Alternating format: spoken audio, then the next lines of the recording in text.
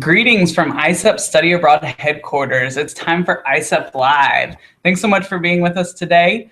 We have a really exciting show talking about some of our ISEP Direct programs under $11,000. We have 3 really exciting programs to talk to you about. Before we do that, we will take just a second to talk through ISEP. What is ISEP? How does it work? What are your program options? From there, we'll be talking about the University of Johannesburg. We'll move on to Universite de Savoie, and finally finish off with University of Tartu. Again, with ISEP Live, we're so glad to have you here. The beauty of you being here with us live is you have the opportunity to ask us questions about these programs as we go.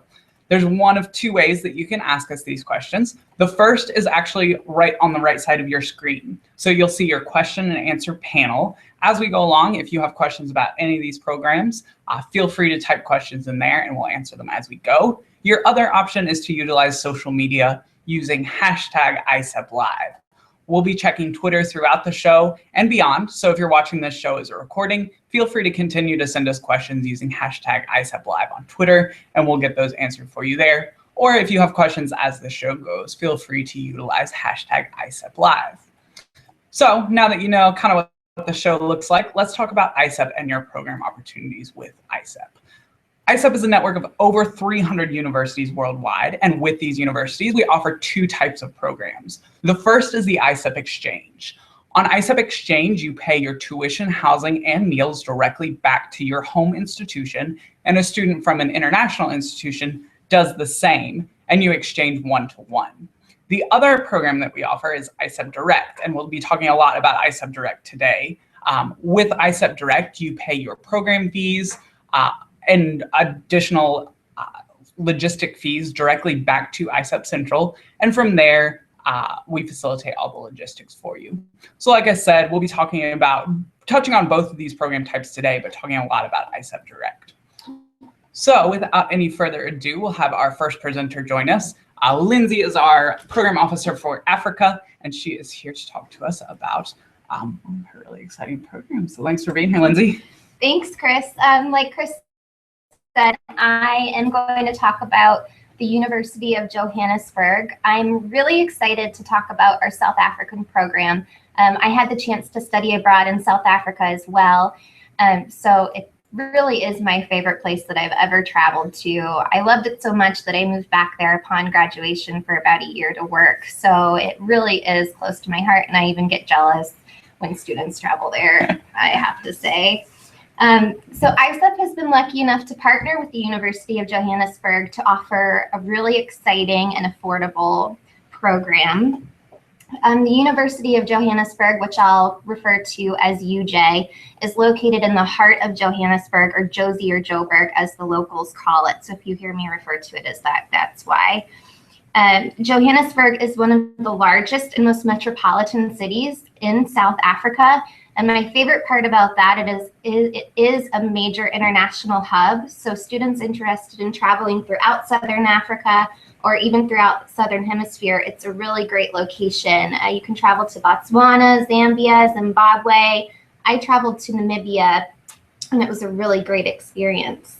And Johannesburg is one of the largest, the University of Johannesburg is also one of the largest universities in South Africa, and it has a very diverse population, just like the city itself. So South Africa has over 11 official languages, and you can really see that diversity throughout the university. The international office at University of Johannesburg does a great job at helping students really get into the community at UJ by allowing you to choose from over 100 different clubs and societies on campus. And you can also participate in club sports, which allows you to be able to travel to different universities throughout South Africa and meet and learn about other students there as well. In terms of academics, UJ is mostly noted for its strength in science, technology, engineering, and mathematics. They have really great laboratories for those programs, and they're very similar to those here in the States as well. So if you're interested in those fields of study, but you're worried that we might not be able to have the courses that you need at the University of Johannesburg, you don't need to worry. They have really great course equivalents, and you should be able to find the courses to fit your program. And the Faculty of Humanities is also a really popular program for students, especially given the location of South Africa and the politics and history there. Students often choose to study peace and conflict resolution, international development, global health, community health, different fields of study within the Faculty of Humanities. And another great part about that is the hands-on learning experience and approach that you can get through studying at the University of Johannesburg. The International Office will help to organize community engagement and community service projects for you to be involved in, and they cater those to really fit your field of study. When I was studying abroad there, my focus was global health, and I was able to volunteer at a tuberculosis hospital, which really gave me a hands-on approach to my studies and a whole different aspect to my academics within South Africa. And we also really encourage graduate students to apply. Graduate students can be a part of any program at the University of Johannesburg as long as they have the necessary prereqs and qualifications for that program. So now I'll just kind of go into fees and deadlines. The university offers both full year and semester programs. Full year and fall 2015 programs have already passed for exchange. But if you're on direct, that deadline isn't until May 31st, so you have plenty of time to research the courses, get in contact with me, and begin your applications for the program. And as you can see, the cost of the programs are also very affordable. And not only are the costs of the programs affordable, but your average living expenses are really, really low as well. I know when I was studying there, I was always anxious that I was spending so much money, but then I would take a look at my bank account and I would see that, oh, pleasant surprise, I hadn't actually spent much at all. So it's a really great place to study if you're on a budget. Okay. Well, thanks so much. A couple questions for you about this program. First, what are classes like? How would you describe that to a student? Classes are very similar. At the University of Johannesburg, you have your lecture with your professor once a week, but then you also have a tutorial once a week where the large lecture courses or classes are split up and you're given a TA that you work with weekly. And that's really your opportunity to go over your assignments and your readings and to ask questions about everything. One great thing I thought, which can also be a challenge for some, is the weight that they place on the final exam. And students need to be aware that the final exam counts for most of your grade. So it really allows you to gain a lot of self-discipline and motivation because you have to learn how to study on your own without those weekly strict deadlines like you might have at your universities here.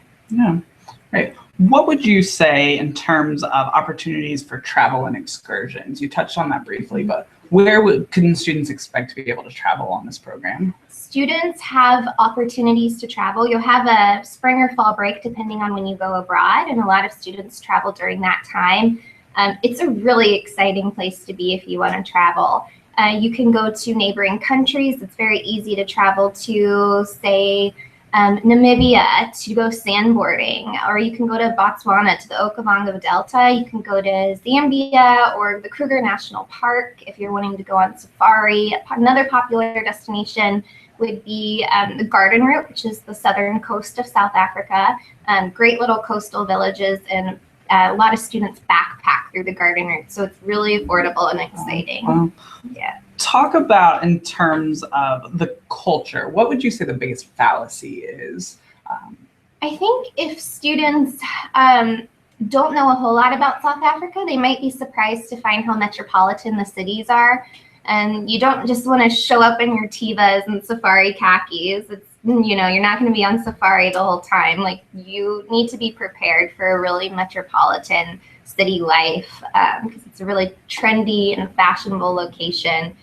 So I think you need to be prepared for that. Yeah. Something else, we do have a question from a viewer talking about safety in Johannesburg. What does that look like? Can you talk about your experience? Yeah, I never felt unsafe. I mean, it's a big city, so you really need to practice safe travel sense. I mean, just like any city throughout the world, you want to be smart. Don't travel alone and at night, or, you know, just typical travel sims is really all you need. I never felt unsafe when I was there, so it's a really great place to study.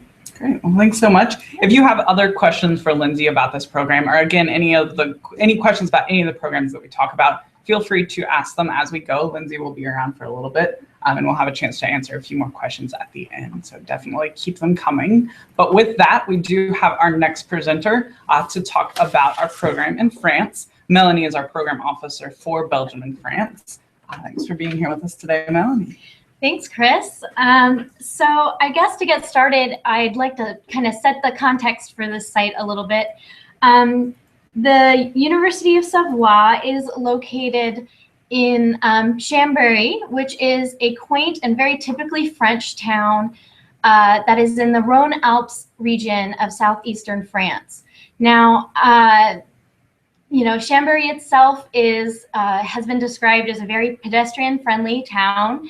It has, you know, it's very manageable. It has colorful squares where you can, for example, maybe sit with friends and enjoy a cafe.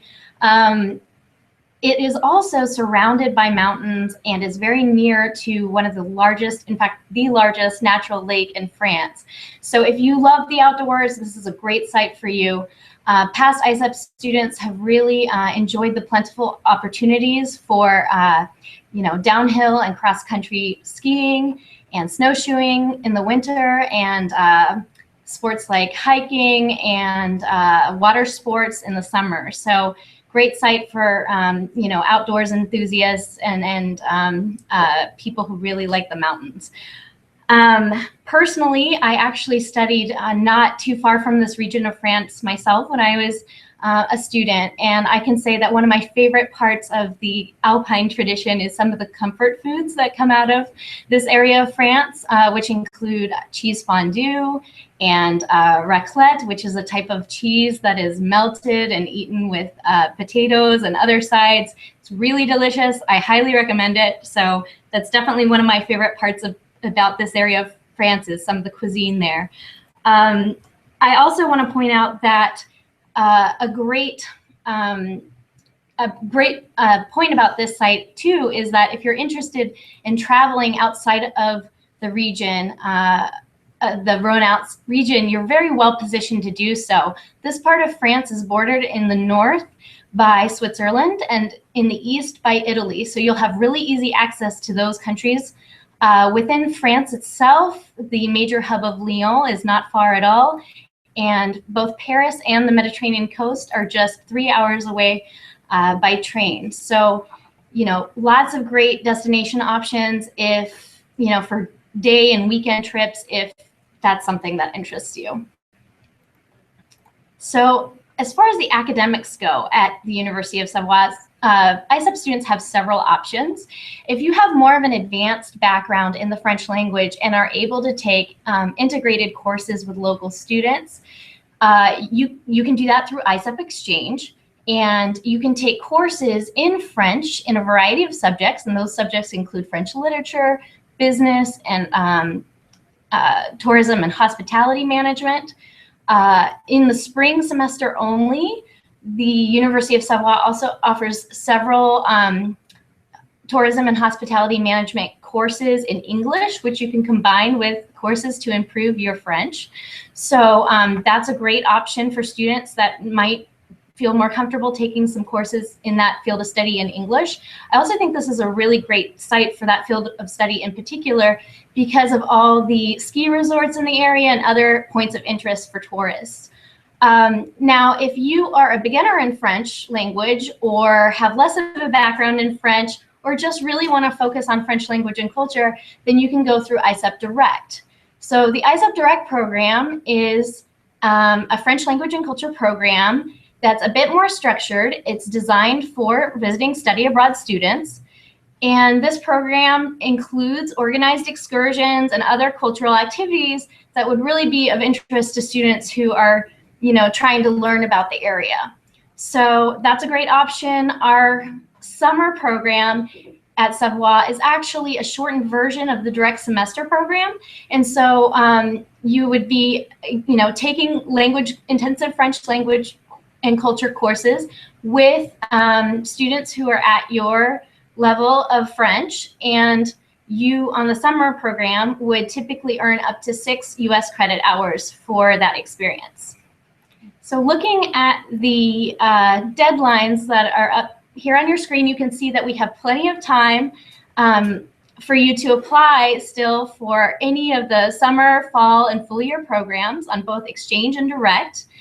The direct deadlines for the summer program is April 1st, and the direct, while all the deadlines for both direct and exchange for fall and full year are May 1st. So lots of time. If you have any interest in these programs, questions, I'm happy to answer them. Please reach out to me. You'll see that the direct fees are quite affordable, and they do include ISEP health insurance, tuition, and housing. Another point I'll make is that since meals are covered on your own, it's helpful to know that in France, in particular, the student restaurants there are very affordable. It's just €3 for meals, and it's pretty affordable to cook for yourself as well if you'd like to do a bit of that. Yeah. Well, thanks so much for telling us all about it. Sure. I know you had the chance to speak with Johnson, who is a recent returnee from the University of Tennessee, Knoxville, who had scheduled to be with us here today, but unfortunately is caught in a snowstorm. That's right. He got caught in transit. That's Okay. right. So he's unfortunately unable to connect with us right now. But I did have a conversation with him earlier this week, and I also have a few notes from him with me right here. So I'm going to try my best to maybe answer some questions from you on his behalf. Right. Well, let's start with classes. What did Johnson say his experience was like with classes? What do you hear from other students about coursework here? So Johnson actually took part in the ISEP Direct program, which again is the program that's designed for visiting study abroad students who want to really focus on their French language skills. So he took part in this program and took those courses for international students in French as a foreign language. He also did something a little bit unusual, which is because he had a little bit more advanced level of French, he was also able to take a few integrated courses with French students. So that just shows, you know, like the coordinators there at the University of Savoie are very invested in the students having the best possible experience, and, you know, it shows that they have, you know, some flexibility they have with working with students to make sure that they get all that they want out of the program. So he took different types of courses. He took about 3 to 5 hours a day of the intensive French courses, and then other electives would meet, you know, maybe once a week or twice a week. He did have a few tips that I thought, or insights that I thought would be particularly valuable to students. One was that the classes were not very difficult. The amount of work was fairly reasonable, but that he did have to go through an adjustment period, just adjusting to a different academic system, but also just adjusting to, you know, the difference in language and kind of switching your mind over to a new language. So I think that's something that resonates with a lot of students, that this is natural and a normal experience for students to go through this adjustment period, and that is a good idea to expect when you go to this type of program in a country that speaks another language. Another point he said was that the grading can sometimes be more strict in France. And so one thing he said was that, you know, don't freak out if you get what seems like a lower grade. Actually, you know, the grades in France work on a system between 0 and 20. And it's perfectly acceptable to get a grade of 10. It doesn't mean the same thing as a 50 out of 100. But he also emphasized that if you work really hard, you will get a good grade. You know, you will do well. You'll be just fine. So those were a couple tips that he had about academics in France. Yeah. Based on your conversation with Johnson and your experience working with other students, how would you say that students on these types of programs would grow, maybe on a personal sense? Yeah, so one thing that, and I see that Johnson might be with us actually. Are we able to add him here? Let's see. Johnson, can you hear us?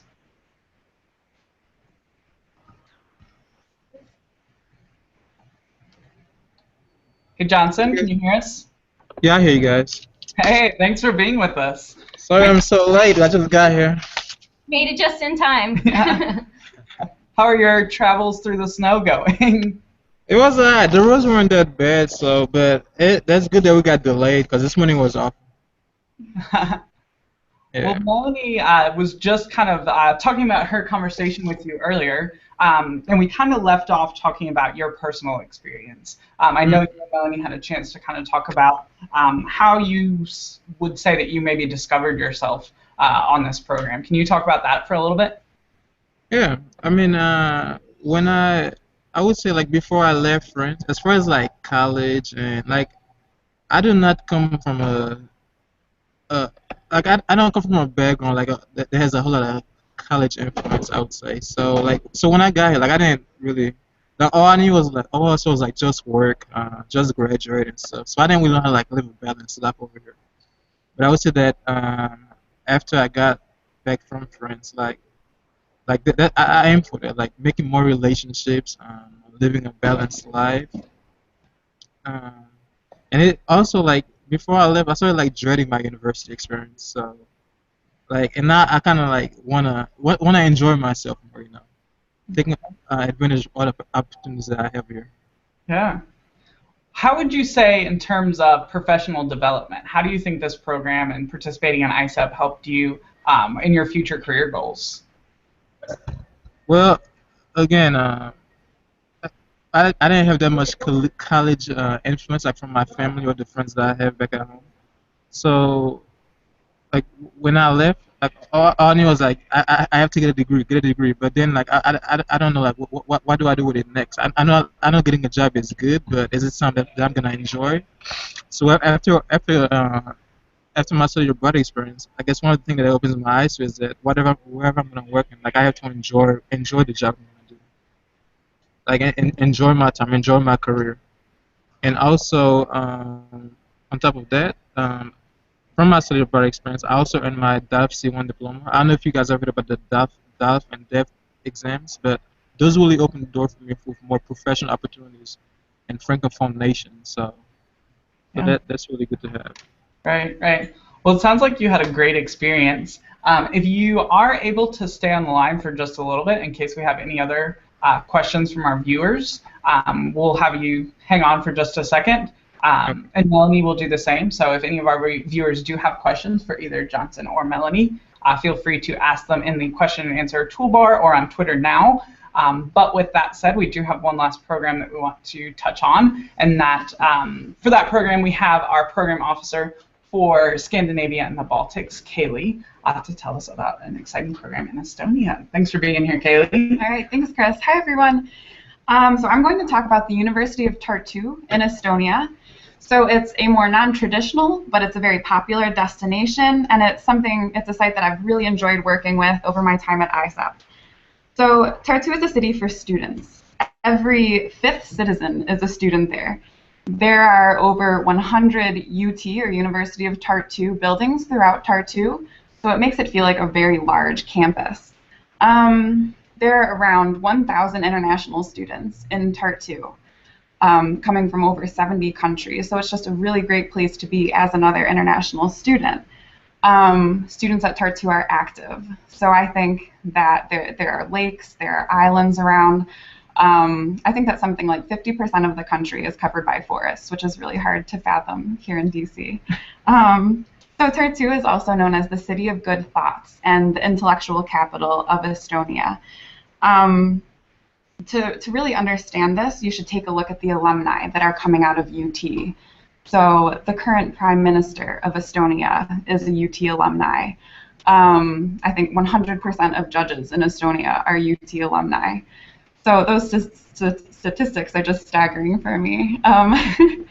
So if you think about it, all of those people that I just mentioned, they at one point contributed to the life in Tartu, and they took place in all of these activities that you would be participating in the University of Tartu. So it's also a fairly young city. There's so many students around, so there are all activities going on all the time. So for example, yesterday was the Estonian Independence Day celebration. And just a little fun fact, that was one of 2 Estonian Independence Day celebrations due to their history.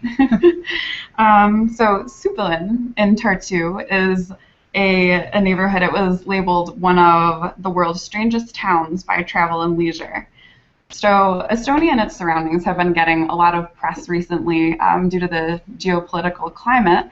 And then, just as a side note, I'll talk about this later, political science students are a really great fit for the university. So Estonia has also been very active in the social media and the tech scene. So, for example, Estonia invented Skype. So I think your parents will be really happy to hear about that. You'll definitely be able to Skype with them while you're abroad.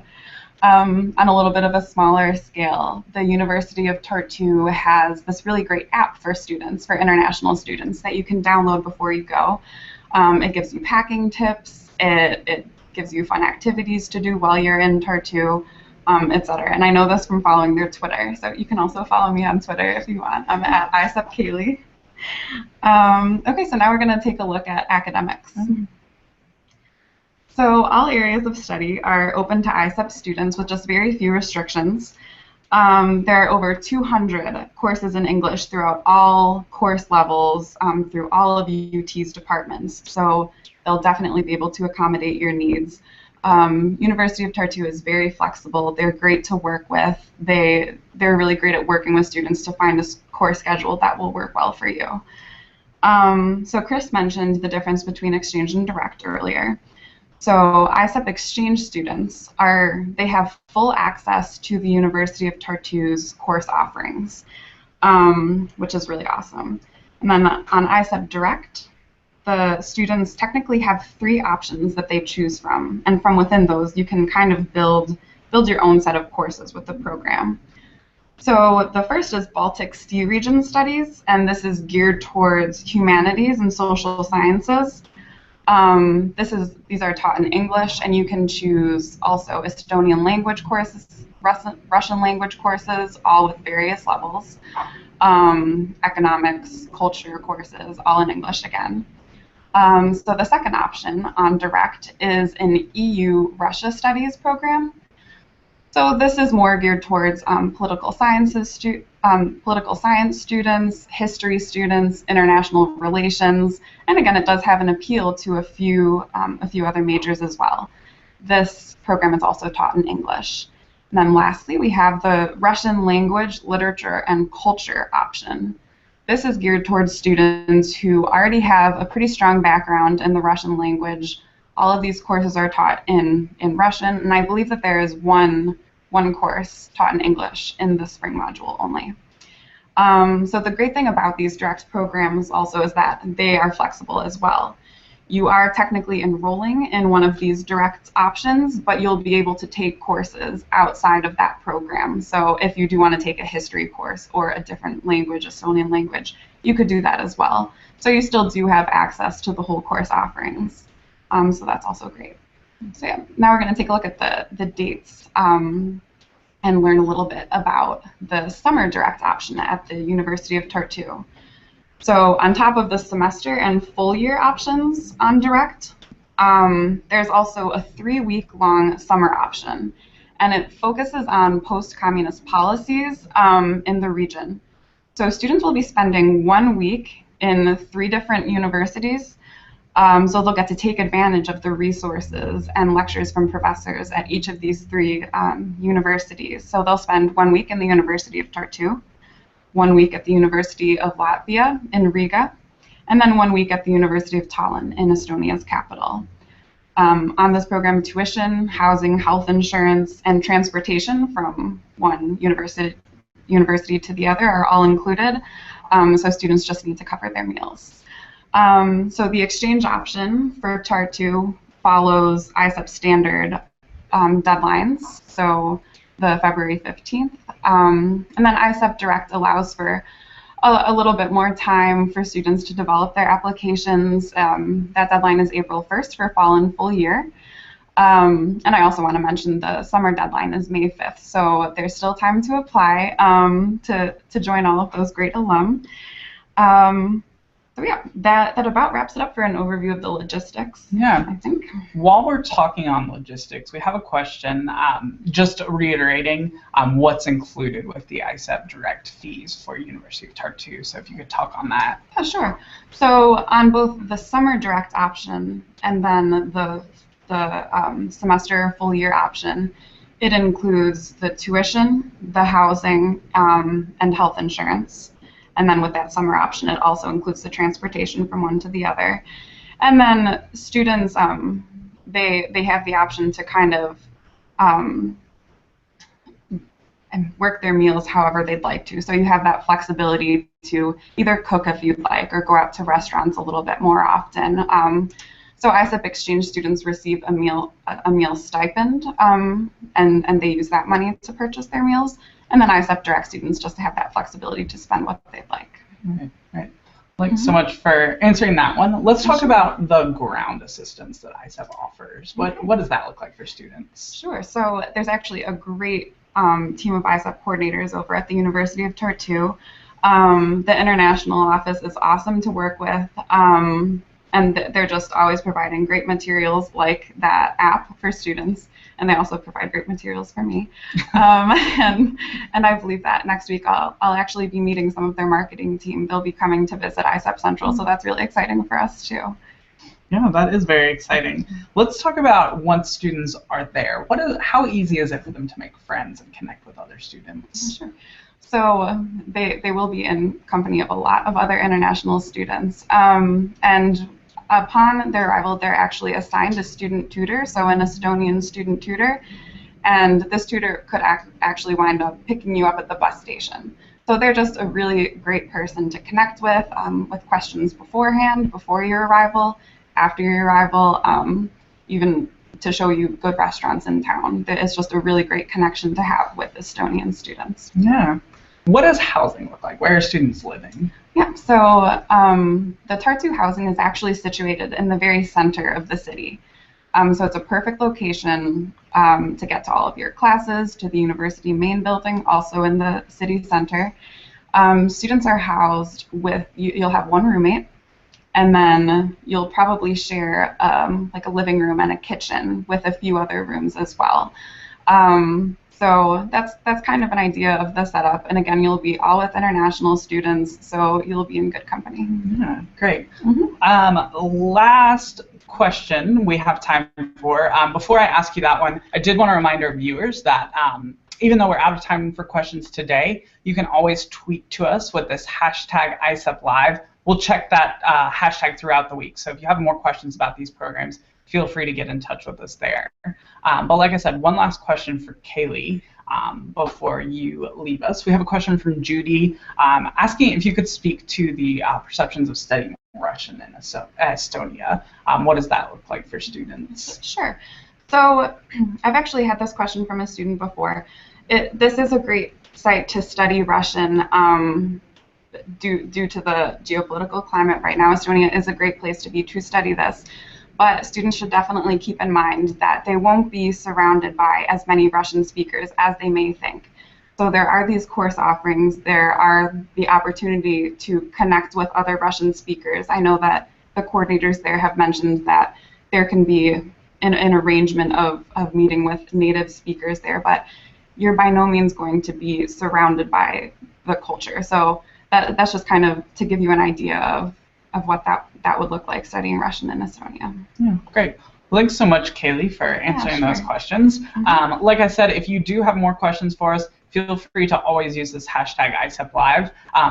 ISEP is on every major social media network, so you can always connect with us there to ask questions about these programs or any of the other programs that you might be interested in with us. Before we do leave you for the day, I did want to just give you a reminder of your steps from here. So now that you've heard about all of these exciting programs, it's time to think about what steps you need to take to make them happen. So your first step is to research programs. Our website is a great resource for that, www.isep.org. You can go there to find out more information on these programs that we discussed today, or information beyond that. And again, feel free to connect with us on social media to ask any questions that you might have as you do your research. Once you've had a chance to look into these programs, it's time to meet with your ISEP coordinator.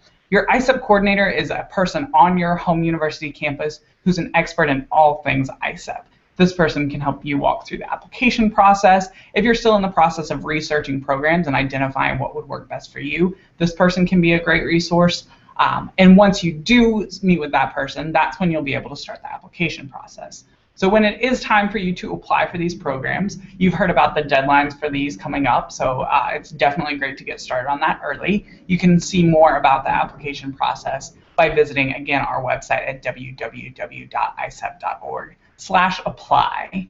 I want to thank you all again so much for joining us. As a reminder, the ISEP Live sessions are recorded for you to view after the show, so if you want to go see more about these programs or re-listen to anything that you might have missed, this broadcast will be available on our YouTube page as soon as the show is over, so check it out there. Another reminder, ISEP Live is a weekly show, so we'll be back again next week to talk about more of the people and places that make up the ISEP network. But that's all for today, so I wanted to thank all of our presenters, as well as Johnson for joining us in his travels, and we will see you next week.